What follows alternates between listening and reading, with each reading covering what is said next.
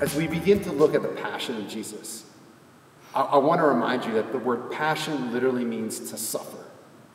And to have compassion means to be someone who suffers with another. So as we enter into the passion, we're called to enter in ourselves and to think about why Jesus does what he does and the love that he has for you, the love that he has for me.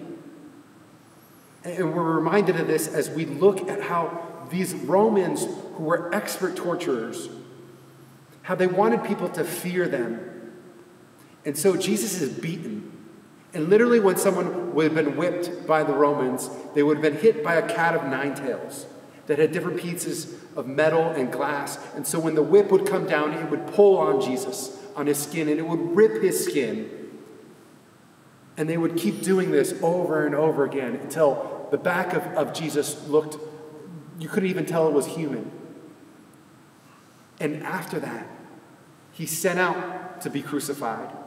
And he takes upon himself this heavy cross, which would literally sink into his flesh. And he would carry his cross to the place of the skull, because outside of Jerusalem, they wanted people to see what would happen to you if you messed with the Romans. You would be crucified, you would be killed. And Jesus carries this heavy wooden cross out to the place of the skull, in suffering, in pain, in anguish. But what gets him through is the love that he has for you. And I don't know how often you've really contemplated what it took from Jesus to get to the cross. But it took his whole self to get there. And just this love that's poured out for us.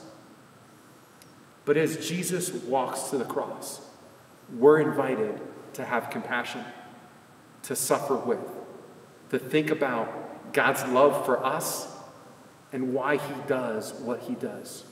So I pray that today, as you think about that you'd be encouraged and that you'd remember that you have a God who has suffered with you, a God whose love is visible and tangible as he carries that cross out to the place of the skull.